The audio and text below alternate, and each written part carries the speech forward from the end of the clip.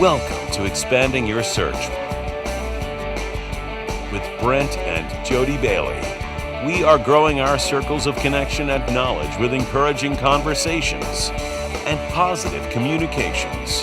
Today, Brent and Jodi welcome author of the brand new book, What Are the Stakes?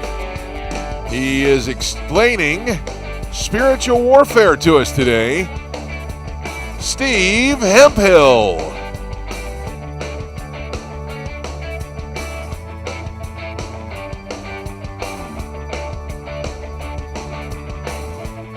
And now, here are your hosts, Brent and jodibailey.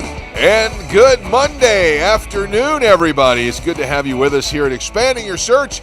It's Brent Bailey. Hope you're having a great day wherever you are. Let's head over to the control room right now, where my little bride, Jodi, is sitting over there. And hey, everyone, it's Monday. It is Monday, and it's September the 13th. It was a big weekend weekend. It is. This past weekend, it was the 20th anniversary of the September 11th terrorist attacks. Right. And it's not something that we look forward to celebrating or anything like that, but it is something that we should always be remembering. And yeah. I said Sunday morning at church that I'm thankful to all of our first responders, and military personnel, all of our government leaders that were in office at that time. Mm-hmm. It's not that, we wanted something like that to happen, but when something like that does happen, it is so I'm so grateful for people like that in those places. So those people have a special place. Retired or still active, it doesn't matter. First responders, military, and government leaders during that time. Thank you for navigating those waters there. Are we completely out of the water and out of the woods with everything yet? Absolutely not. No. We still have this world is a very broken place, and we have lots of, and that's why the message is simple. The world is not going to get any better without Jesus, and that's all there is to it. Exactly. So thank you to those leaders that did work so hard and tirelessly to make it as good as we can make it, and your sacrifices have not been forgotten, and they never will be. Yeah. Thank you. Thank you.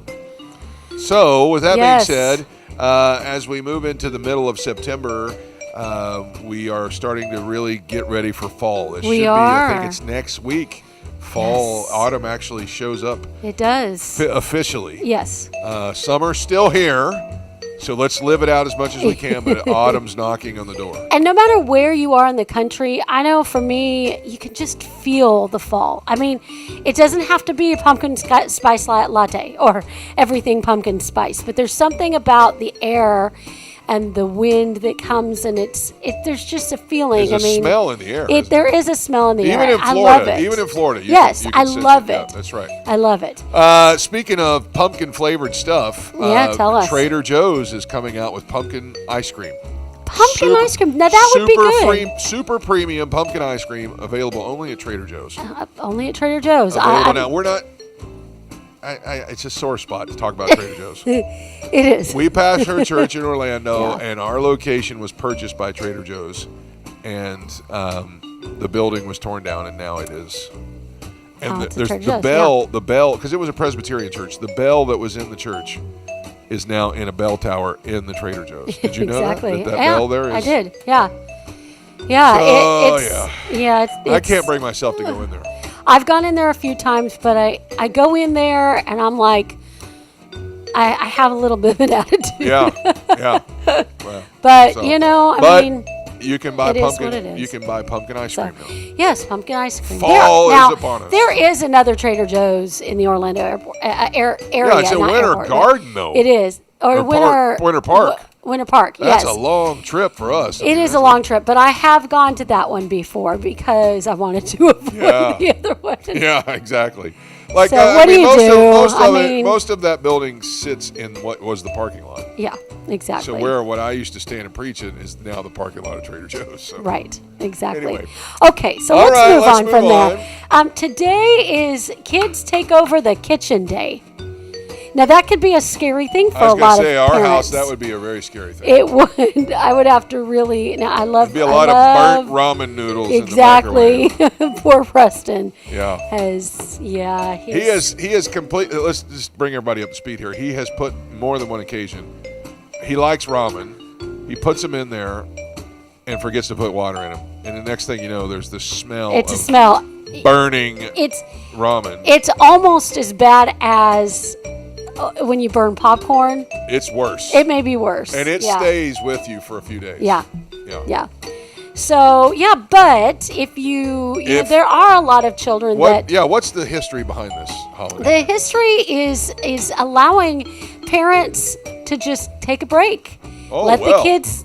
Now, I know, hallelujah. like, we go back to this, that I feel like when my kids want to do something that I normally would do, I don't like it because I know I'm going to eventually have to clean it up. Yeah. And so, yeah. But, it's giving them a chance to go ahead and explore and expand, what they would normally do. Get them away from the games, get them away from TV, and have them, cook something up.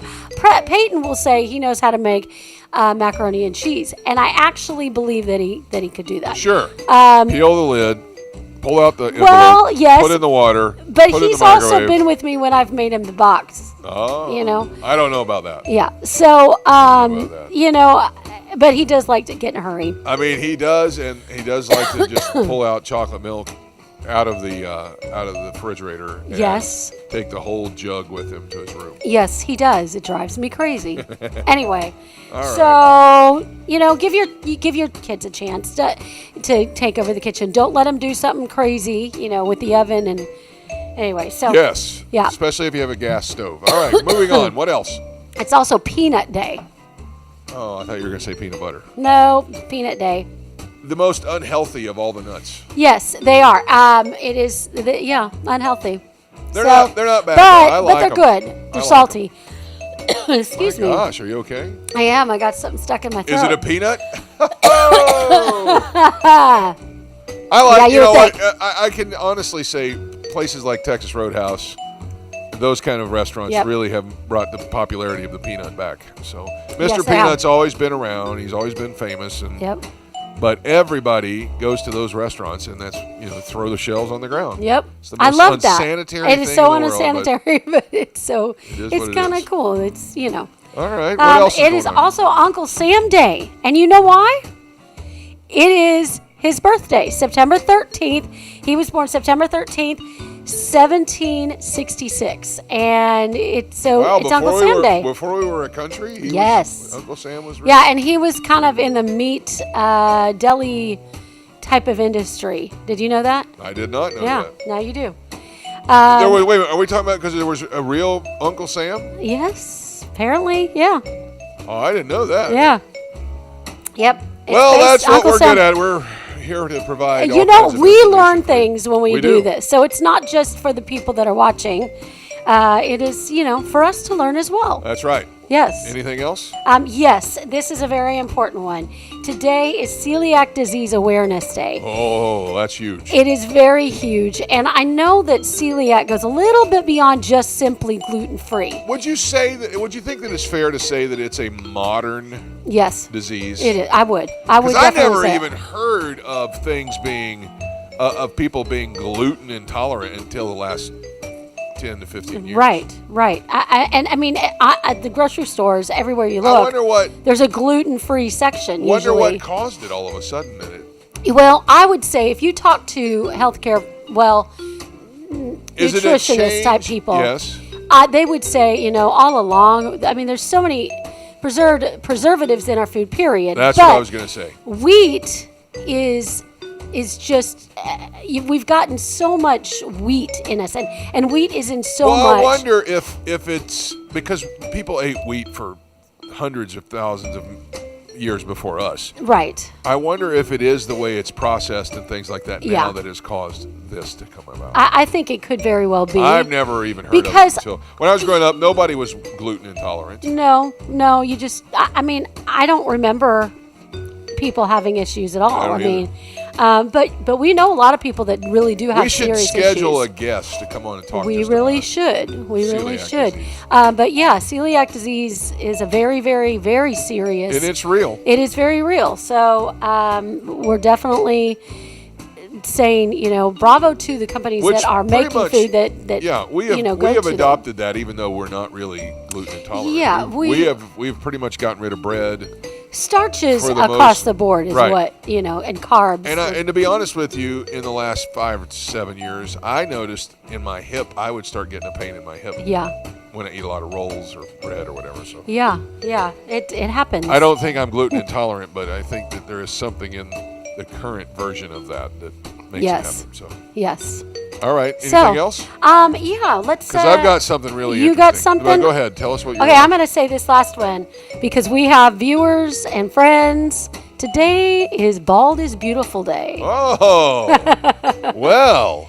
So today is all about We- shedding our vanity of our hair. I've always been like, my hair. Well, I I mean, can today think it of 3 doesn't look people great. right now: David Gillespie, Jerry Hasty, Guy Teets. Yep, exactly. And I'm sure Am I there's. thinking of any other else? I'm just talking about people at our church. I would say we have 2 brother-in-laws, 3 actually, because I think Jeff might. Oh yeah, Josh Murakami. Josh Murakami. Jeff Santos. Yes, and I mean, but he's not necessarily bald. He just keeps it trimmed down really short. yeah, He doesn't like bick it. There's a little bit of hair there. yeah.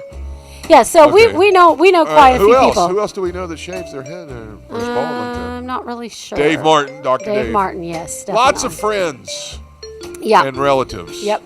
So yeah, we know lots of people. Bald And is beautiful. Bald is beautiful, and so On just be some proud people. of that. Yeah, some people don't need to be bald. Definitely not. No, not at all. So yeah, All right. know that that's a beauty. Well, Jody, the chicken sandwich war is getting out of hand. Oh, it's wearing me out. I'm telling you, it is just getting out of hand. Chick-fil-A started it. Kentucky Fried Chicken always had one, but it wasn't their centerpiece. It was like you went to Kentucky Fried Chicken for chicken, Exactly. KFC or Chick-fil-A for the sandwich. Then Popeyes started throwing down this whole. They're the ones. Listen. That's the reason COVID is here, because Popeyes started messing with the Lord's chicken. Exactly. And they Thanks, okay, so Popeyes. now everybody's doing it. I mean, McDonald's always had one, but it wasn't no big deal. But now it is. Wendy's always had one, wasn't a big deal. Now it is. Burger King. The other day, if you watch the show regularly, we announced Taco Bell has one, which That's doesn't make any right. sense. But now there are 2 more of the big companies getting into the fried chicken sandwich war. Uh-huh. And they don't make any sense of why they would even go this direction. But Okay. it's Panda Express. Oh my word. Theirs is going to be orange chicken flavored. Orange Okay. chicken sandwich from Panda Express. And then Panera Bread is also testing a fried chicken Fried sandwich. chicken. Yeah. Theirs is going to be flavored a little bit different. It's going to have anchovies and some other stuff on it. But Oh. Yeah, I don't Are you know. serious? that's what it says. Ugh. I'm sorry. So I just want to say that, the Bible speaks about the longer the world goes on, the more ungodly it gets. And it's playing out in front of us in the chicken wars. It is right now. honestly, it is just ridiculous because almost except for Panda Express That's and Panera, I mean, most of these restaurants have had a chicken sandwich. I'm like, seriously? yeah, but it wasn't like pushed to the forefront. Yeah, now they're but it's- all oh, trying hey, to make the it as new like chicken- yeah, they're trying to make I it. don't know. like And then, the subject before we were talking about celiac disease. Well, you got to take the bread off, so it's pointless. So, this is true. yeah. All right, Come on, guys. One more thing. No, there's a lot of things that we do talk about this time of year. One of them is candy corn. We've talked about Yes, that we extensively. How much we do like candy corn Yes. and how we like it with the honey roasted peanuts, or some people just don't Yeah, like peanuts. it at all. Peanut Day. Candy corn. Brock's, of course, everybody knows Brock's Mm-hmm. candy. They are coming out with this is for the kids, really. Everybody knows the Minions from Universal Yes. Studios, the Minions. They are coming out with a Minions candy corn that is banana and blue raspberry and vanilla, and it's a yellow, blue, white candy corn. Our kids won't eat that. I bet you Peyton will try it You because of think? the Minions. He likes it. Well, It's I mean, he banana does like- flavored. It's banana, That's why he blue wouldn't eat it. raspberry, and vanilla flavored. That's the flavors that are going to be in it. So I don't know. I don't know either. I mean, it's out of control. Yeah, it's fun though. It is fun. It is fun to talk about. All right, one more thing. We've been doing this for a little bit of a time now. We've been eating what we call sheep cheese. Yes. And it is very good. Yes. Manchego. Manchego cheese. We're probably not saying it right. Probably not. But there is a new cheese out there that is by a company called, I'm not even going to try and say it. It's a Mexican company. But they have a queso fresco that is basically, it's sort of like sheep cheese, but it's not. It's not goat cheese or sheep cheese. I'm trying to see what the bottom line of it is here. But yeah, it's chispa. Chispa. Yeah. Anyway, it's supposed to be versatile. The reason we like sheep cheese, folks, is because it tastes good. It tastes like cheese. Yes. But it melts It melts great. Yeah. And you can sprinkle it and shred it and do all that stuff. But this is supposed to be the same kind of thing. Yeah. You should be able to shred it. You should be able to melt it. It's supposed to, and so you can find it in your, the rest of the places that sell a lot of Latino-based food. Mm-hmm. And it's called queso fresco, and it is a brand new product that's just on the market. So. Well, the question is it cow's milk? No, it's not. It's some other kind of. It is made. Well, it says on here it could be is partial skim milk. Oh well, that's still dairy. Yeah, so cow dairy. But I guess it's supposed to be lower in fat and healthier for you. Yeah, well that's Ranchero queso fresco. Queso I'm fresco. looking forward to trying it. Yeah. All right, folks, that's what's going on around the country. I got a great guest for you today. His name is Steve Hemphill, and let's get to it as we expand your search.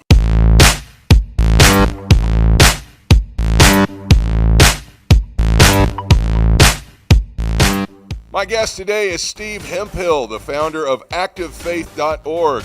He was a businessman for over 30 years before becoming an author, a speaker, and a teacher. He's authored 4 books and speaks extensively on the topic of spiritual warfare. Can't wait to get into this subject with him today. He loves sharing these awesome God stories. His latest book is called What Are the Stakes? God Markers on the Land. Please welcome to Expanding Your Search today, Steve Hemphill.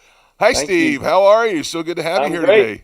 Oh, it's an honor to be here. Thanks for having me. We have a mutual friend in Marv Leroy, and Yes. he spoke so highly of you, and we just couldn't wait to have you on the show and to talk about these things.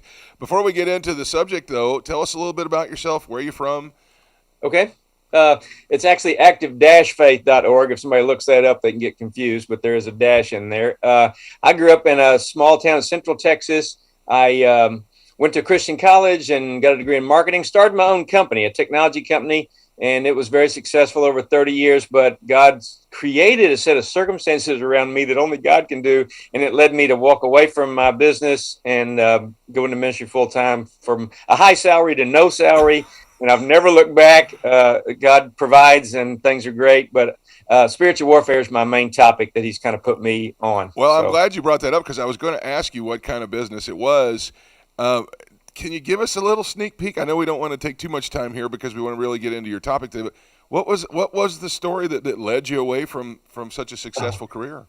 Oh, that's a fun story I'll share quickly, too. Okay. When my dad died unexpectedly with a heart attack in 2000, the summer of 2000, he was only 69, and my little brother and I started looking for the will, and he had an old safe in the back of his office. We dug in there and found a sealed, thick envelope from Dad addressed to the two of us, but on the outside, he had written, "If you boys find this after I'm dead, do not open this envelope.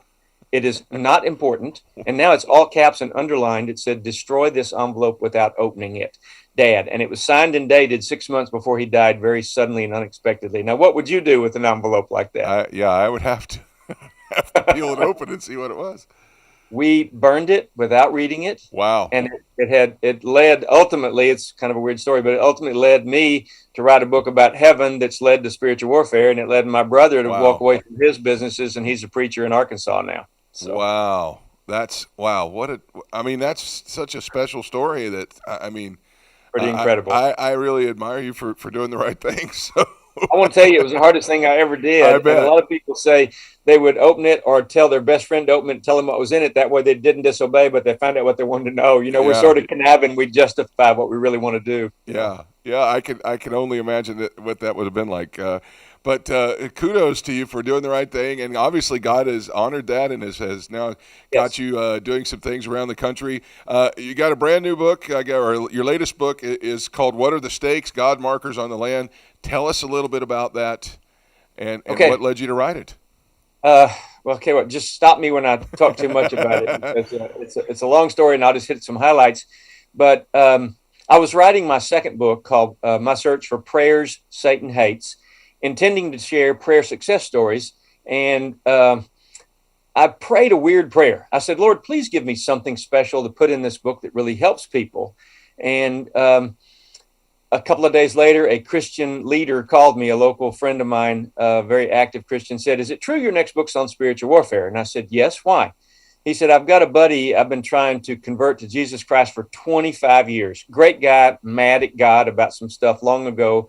But now he has a spiritual warfare problem. And I know you're writing on that. Maybe this is our chance to convert him. Would you be willing to talk to him? And I said, sure. So I go meet Bill. And we're face to face. And I just said, Bill, what's wrong? What's your spiritual warfare problem? And he looks at me dead serious and says, I have demons on my property. I'm getting ready to commit suicide. I just wanted to talk to you first. And I did what I call panic prayer. I didn't know how to help that. I'd never heard of that. I just started praying. He's telling me all the reasons why he's sure he has demonic presence in his life. And I'm praying, Lord, what do I say? He's not a Christian. He's going to kill himself. What do I say? And a strange verse popped in my head as soon as I began praying. It was Deuteronomy 6, I think verse 9, that says, you're living in a land full of evil. Be sure and put my word on your gates and doorposts. And that first I went, what is that? How does that help? And then it clicked and I went, oh, the Jews did that. It's called a mezuzah. Yeah. It's not a magic box. It's a symbol of their covenant relationship with God. And they did it literally. They didn't say, oh, that's just symbolic. We don't really do that. No, they do it. They still do it. Yeah. So I turned to Bill and said, Bill, don't kill yourself yet. Let's try something bizarre. The Bible's full of bizarre stories. There's talking snakes, walking on water, and resurrection. Let's just take some tent stakes, and write Bible verses on them and put them all the way in the ground on the four corners of your place where this strange stuff is happening, and read the verses together and pray for God to make it stop and see what he does. And he said, okay, I'll try anything. At this point, I'm grasping at straws trying to help a guy who's about to commit suicide. He was serious about it. And so it's a long story, but suffice it to say, when we did that, immediately everything changed. He became a Christian. He wanted to be baptized. He and his wife. He prays for me every day. And because of my ultra-conservative background, I was worried about how to write the story and not look weird to my friends. Sure, yeah. And the phone rings. My wife's a teacher. She just retired, but she had taught for 20-something years. And so she answers the phone. It's another teacher. And this lady goes, Mary Lynn, is it true Steve's next book is on spiritual warfare? Yeah, why? Oh, I've got to talk to him right now. Can I come over? She's panicky. And Mary Lynn says, come on over. So this lady had been on a mission trip with her church overseas. And now for the first time in her life, she's having what she calls terrifying demonic nightmares every night at exactly 3 a.m. on the clock. And she wakes up in a cold sweat. And, later I found a Bible verse that was almost word for word what she said to me. It was Job 4:13-17, NLT. It says, it came to me in a disturbing vision at night when people are in deep sleep. Fear gripped me and my bones trembled. Yeah. A spirit swept past my face. My hair stood on end. That's Job 4. And I found that later, but that's what she's describing. And I just said, well, Victoria, I'm not an expert, but Bill was going to kill himself. And we put Bible verses on tent stakes and everything changed. And he said, well, I'm going to do that. So she went to Army Navy, bought some stakes, wrote verses all over them. And then she lived in an apartment. So she just stood them in the four corners of her apartment and, prayed that God would make it stop. And immediately they stopped. And now she's so excited that, she can sleep good and rest easy that she finally told someone else. She told her best friend at school. Well, her best friend was the principal. Next thing I know, they're calling me, asking me to stake out this public school. And I said, well, okay, can we do it at night when no one sees so we don't get sued? I'm a business guy. I understand. Sure, yeah. And so we went up there one night with a hammer and 4 stakes with verses all over them and a key to the front gate and a flashlight. We didn't tell anybody what we were doing. and we prayed a hedge of protection around that campus for everybody connected to it. And 9 months later, they called me. There were some terrible things happening at that school. All our schools have some just unbelievable things going on.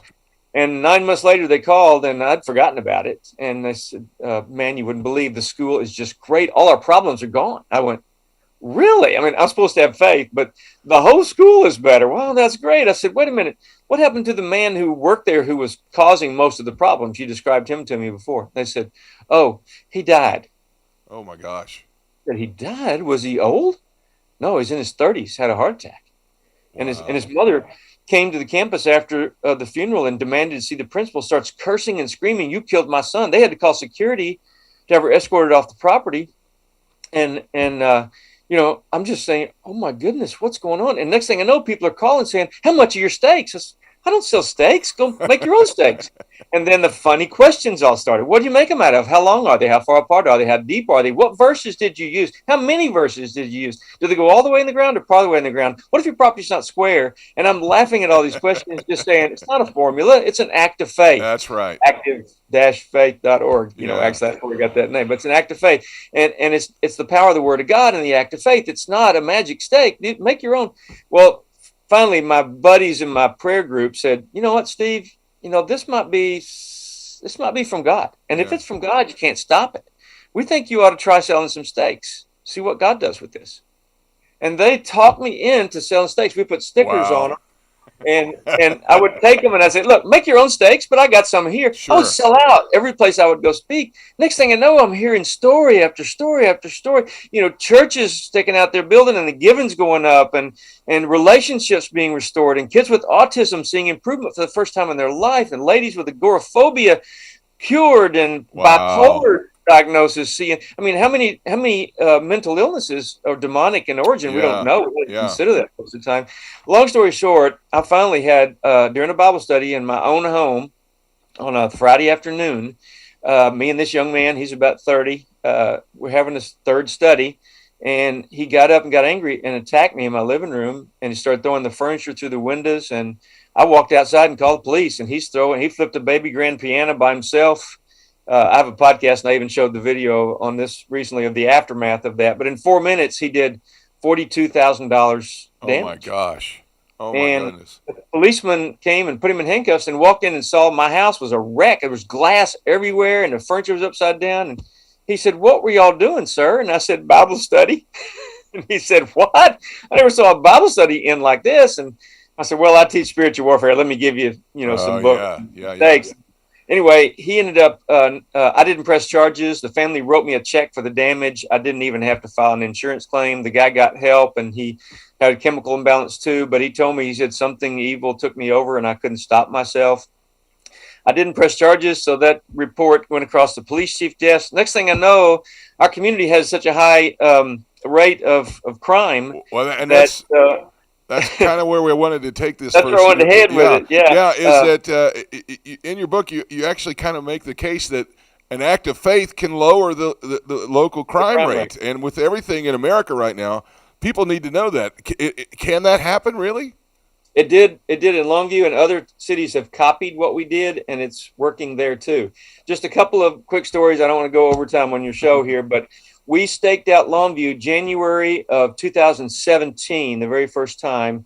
We prayed at all 30 entrances into the city limits. We invited Jesus to be king. We prayed for the Holy Spirit to be welcome here and to work on the heart of every unbeliever to prepare them for the gospel. By the way, conversions have gone up. People show up at church uninvited now at different churches around town. Wow. Over 20 churches participated in that event. We prayed together, and then they took a stake and kind of like marking a line in the sand against the enemy. What we did, we just prayed God would change things here. Our murders, rapes, and robberies were the highest they'd ever been. We staked it out in January of 2017 and again in 2018. And it's sort of become a ritual. We do it every year. But I met the police chief in the summer of 2019. So we'd already staked out the city twice. And he said, you did what? And I showed him the stakes. And the verses are built into the plastic now. By the way, I didn't tell you that. Remind me to tell you about the plastic manufacturer called, and they make the stakes with built into the plastic now. But anyway, wow. So I showed him the stakes, and he said, you put these where? And I told him, and he said, I've been police chief 25 years. crime has gone up every year, but the last few years it's gone up astronomically until you did that. In 18 months, our crime has dropped 45%. Wow. He said, can I give you... And Longview is how big? What size of town? 83,000. 83,000. He said, can I give you 8 addresses where different city blocks around town are having daily calls for violent crime and get you to stake out those particular locations? I said, yes, sir. So we staked those out that next in 19 of October. And then I talked to the gang. It was gang problems, what it was, the gang detective 3 months later. And I said, hey, what happened after we staked out those 8 city blocks? He said, it was like turning off a faucet. There were no more calls in any of those locations. After that, I thought God's word is just powerful. Yeah, it's so Irving, Texas heard of this. Irving, Texas has 62 entrances. They're way bigger than Longview. They staked theirs out a couple of years ago, all 62 locations. And 7 months later, the front page of their paper, and I got a picture of it, it says crime rate the lowest in 14 years.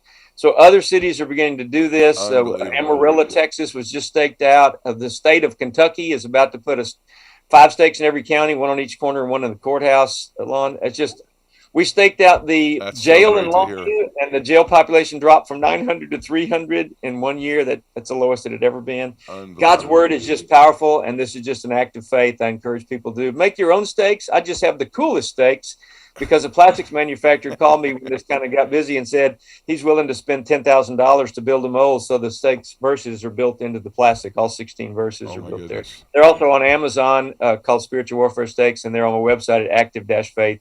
That's what we're going to throw up your information on the screen right now, folks. There is so much here. We're going to have to have Steve come back on, but here is his information. If you'd like to find out more about this, read the book, follow along with the ministry. Right here it is Steve Hemphill, Active-Faith.org. You can follow him on Facebook at Steve Hemphill Today, and on Instagram, Active-Faith for God. You can also catch all of those platforms on the bottom. He has a podcast. It's called Battle Plan with Steve Hemphill.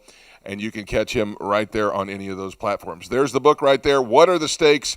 God Markers on the Land by our guest today, Steve Hemphill. Steve, thank you so much for your time and for coming and being with us today. Thank you. We want to have you back to hear some more of these incredible stories. Love to. Thank you so much, and have a blessed rest of your day. Okay, you too. Bye-bye. All right, that's Steve Hemphill, everybody. And now let's stop for directions.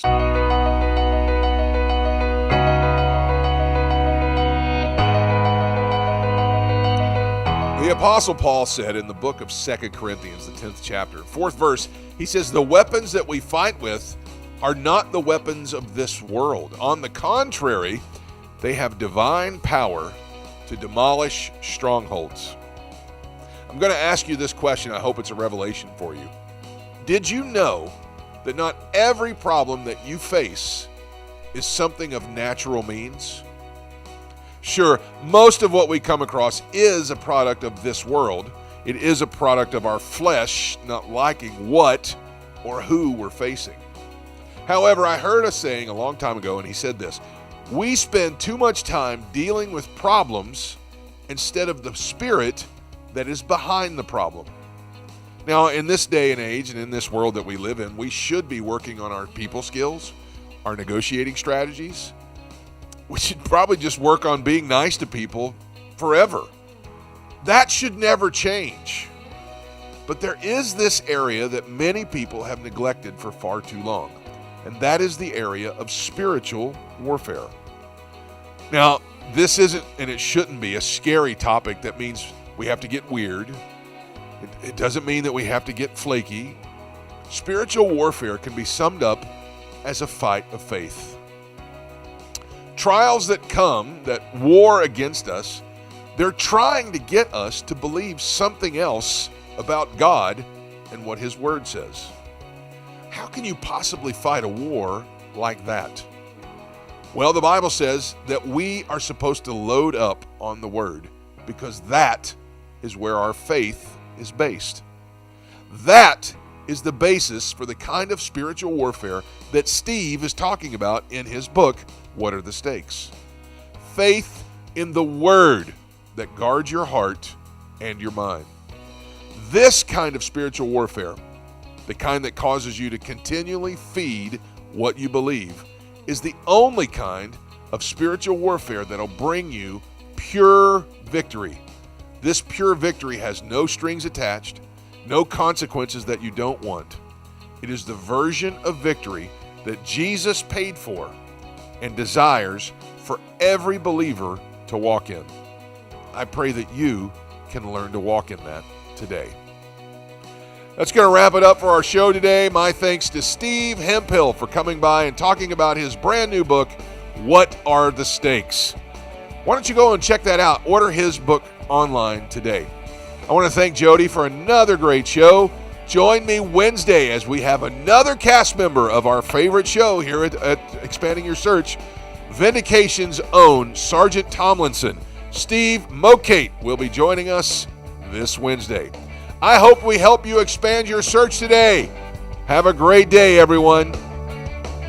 Thanks for joining us today. Connect with us on @expandingyoursearch on Facebook and Instagram and @expandingsearch on Twitter. Relive any of our episodes on YouTube. We are available wherever podcasts are found, including Spotify, iHeartRadio, Apple Podcasts, and Google Podcasts. You can also download the Direction Ministries app on iOS, Android, Apple TV, Roku, and Amazon Fire. Take some time today to expand your search and stop for directions.